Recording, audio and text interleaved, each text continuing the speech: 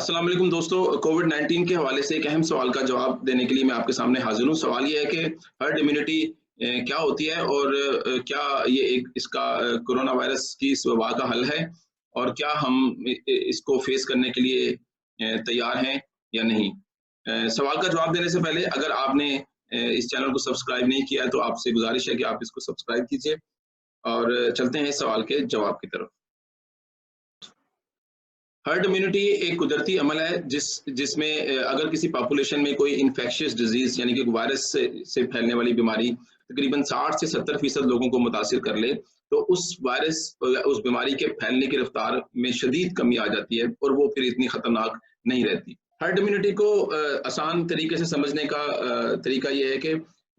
एक इंसान से दूसरे इंसान में जब वायरस मुंतकिल होता है तो उसके लिए सादा सी बात यह है कि हमें एक और होस्ट यानी कि एक और इंसान चाहिए। जब आप सोशल डिस्टेंसिंग करते हैं तो आप वायरस को दूसरा जिस्म फराहम नहीं करते हैं, जिसकी वजह से वायरस उसी इंसान के अंदर रहता है और इवेंचुअली वो मर जाता है, क्योंकि अक्सर इंसान उस वायरस को कुछ अरसे के बाद खत्म करने में कामयाब हो जाते हैं। दूसरी वजह यह है कि अगर सब के सब लोग आपके इर्द गिर्द इन्फेक्टेड होंगे, 60 से 70% लोग आपके इर्द गिर्द ऑलरेडी वायरस रखते होंगे और वो इससे मुतासिर हो चुके होंगे या वो उसको डील कर रहे होंगे या कर चुके होंगे, तो उस सूरत में भी आपसे उन लोगों में बीमारी के मुंतकिल होने का चांस तकरीबन ना होने के बराबर होगा।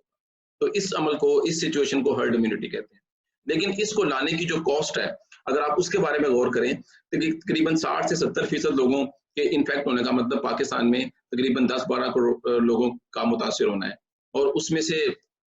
तकरीबन 15% लोग ऐसे होते हैं जिन्हें अस्पताल जाने की ज़रूरत पड़ती है और ये तकरीबन 1.5 करोड़ से 2 करोड़ के दरमियान में आबादी है, खुदा ना खास्ता, जिन्हें हॉस्पिटल की ज़रूरत पड़ेगी और हमारा सिस्टम जो है वो किसी भी तरह से करीब तरीन भी नहीं है इतने लोगों को थोड़े वक़्त में कि वो डील कर पाए। लेकिन क्या इतने लोगों को हम चंद सालों में डील कर सकते हैं? इसका जवाब हाँ है। तो सोशल डिस्टेंसिंग हमें ये वजह फराहम करती है जिसके नतीजे में नए केसेज़ और नए पेशेंट्स की तादाद जो है वो स्लोली सामने आती है। और हमारे हॉस्पिटल सिस्टम पे इतना वज़न नहीं पड़ता है कि हम उसको डील ना कर सकें। तो इसलिए पाकिस्तान जैसे मुल्क में जहाँ पर इकोनॉमिक एक्टिविटीज़ को जारी करना भी ज़िंदगी मौत का मसला है और हमें काम पर जाना भी उतना ही ज़रूरी है, तो आप ज़रूर काम पर जाइए, लेकिन गवर्नमेंट ऑफ पाकिस्तान की उन पॉलिसीज़ को फ़ॉलो कीजिए, एसओपीज़ को फ़ॉलो कीजिए, यानी कि एहतियाती तदाबीर को एक कौमी फरीज़ा समझकर अदा कीजिए, क्योंकि आप जितना एहतियाती तदाबीर को फ़ॉलो करेंगे, सोशल डिस्टेंसिंग को फ़ॉलो करेंगे, उतना ही ज़्यादा आप गवर्नमेंट ऑफ पाकिस्तान की मदद करेंगे, नए केसेस नहीं आएँगे या कम आएँगे और हमारा हेल्थ सिस्टम उसको डील कर पाएगा। तो ये एक सवाल लोगों के सामने है कि अगर हम सोशल डिस्टेंसिंग ना करें और इसको एक नॉर्मल माशरे की तरह अपनी ज़िंदगी गुज़ारें, तो इवेंचुअली 60 से 70% लोगों के मुतासिर होने के बाद ये बीमारी ऑटोमैटिकली खत्म हो जाएगी। तो क्यों ना ये रास्ता जो है वो उसको इख्तियार किया जाए और इस रास्ते की मदद से इस बीमारी को एक बार ही फेस करके हम इससे अपनी जान क्यों नहीं छुड़ा लेते? तो इस सवाल का जवाब ये है कि 60 से 70% आबादी का पाकिस्तान में मतलब जो है, अगर हम ये फ़र्ज़ कर लें कि पाकिस्तान की आबादी 20 करोड़ है, जो कि 20 करोड़ नहीं है, 22 करोड़ है। तो पाकिस्तान की आबादी अगर 20 करोड़ है तो और इसमें से 50% लोग भी अगर इसके मुतासिर हो जाएँ इस बीमारी से, तो 10 करोड़ लोग जो है इस बीमारी से इन्फेक्ट होंगे हर्ड इम्यूनिटी के लिए और उसमें से 15% लोग होते हैं जिन्हें अस्पताल जाने की ज़रूरत पड़ती है। यानी कि तकरीबन 1.5 करोड़ लोगों को अस्पतालों की ज़रूरत पड़ेगी। क्या हमारा हेल्थ सिस्टम इन लोगों को अकोमोडेट करने के लिए तैयार है? तो इसका जवाब बिल्कुल नहीं है, कि हम किसी भी तरह इतने लोगों को अकोमोडेट नहीं कर सकते। इसलिए डॉक्टर्स जो हैं वो टेलीविज़न पे और मेडिकल साइंस के लोग जो हैं वो टेलीविज़न पे बार-बार आकर ये दरख्वास्त करते हैं कि हम जितना हो सकता है अपने आप को महफूज़ रखें और अपने आप को दूसरे लोगों से दूर रखें, क्योंकि हमारा हॉस्पिटल सिस्टम इतने लोगों को अकोमोडेट करने के लिए तैयार नहीं है। मज़ीद ये कि अगर सिर्फ 2% लोगों को भी ये बीमारी उनके लिए जानलेवा साबित हो, जो कि आमतौर पर दुनिया में हम देखते हैं कि कुछ मुल्कों में इसने 7 से 8% लोगों की जान ली है, कुछ मुल्कों में 4 से 5% लोगों की जान ली है। तो अगर सिर्फ पाकिस्तान में 2% लोगों की जान खुदा ना खास्ता ये बीमारी लेने में कामयाब हो जाए, तो इसका मतलब 2 से 2.5 लाख लोग जो हैं, वो खुदा ना खास्ता अपनी जान से जा सकते हैं, बहुत थोड़े वक़्त में। लेकिन हम इसके लिए बिल्कुल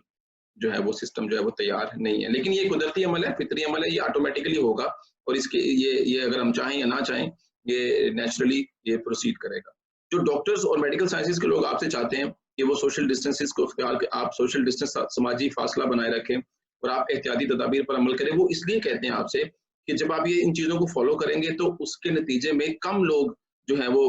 जो नए केसेज़ हैं वो कम आएँगे। जब नए केसेस कम आएँगे या वो धीरे-धीरे आएँगे, तो हमारे हॉस्पिटल्स की कैपेसिटी के अंदर आएँगे, तो हम उनको डील कर सकेंगे, हम उनको अकोमोडेट कर सकेंगे। लेकिन अगर लोगों की तादाद, मरीज़ों की तादाद ज़्यादा हुई और हॉस्पिटल्स में उनको रखने की जगह ना हुई, तो इसके नतीजे में एक कैओटिक और एक इंतशार की कैफ़ियत होगी, जिसको हमारा माशरा शायद आसानी के साथ बर्दाश्त नहीं कर पाएगा। तो जब हम सोशल डिस्टेंसिंग करते हैं, जब हम एहतियाती तदाबीर को फ़ॉलो करते हैं, तो हम दरअसल हुकूमत की और हेल्थ सिस्टम की मदद करते हैं कि नए केसेस कम से कम हों उसके नतीजे में। और पाकिस्तान के पास इस वक़्त जो मुश्किल सूरत-ए-हाल का जिसका हमें सामना है, जिसमें लोगों को पैसे कमाने के लिए उनका घर से बाहर निकलना भी ज़रूरी है, उनका जॉब पे जाना भी ज़रूरी है, क्योंकि इसकी गैर मौजूदगी में भी शदीद किस्म का इंतशार फैलने का इम्कान मौजूद है। तो हमें इन दोनों को बैलेंस करके चलने की ज़रूरत है। हमें अपनी मुआशी जो एक्टिविटीज़ हैं, हमें उनको स्टार्ट करना है और उनको स्टार्ट हमें इस तरह से करना है कि हम कम से कम बीमारी फैलाने की वजह बने। ताकि वो जो नंबर ऑफ केसेज़ हैं, वो एकदम से इतने ज़्यादा ना हो जाएँ कि हमारा हेल्थ सिस्टम जो है वो उसके वज़न में, उसके बोझ तले दबकर बैठ जाए। उम्मीद करता हूँ कि इस सवाल का जवाब जो है वो आप तक पहुँच गया हो। आपका बहुत शुक्रिया डॉक्टर मुस्तफा की तरफ से। अल्लाह हाफ़िज़।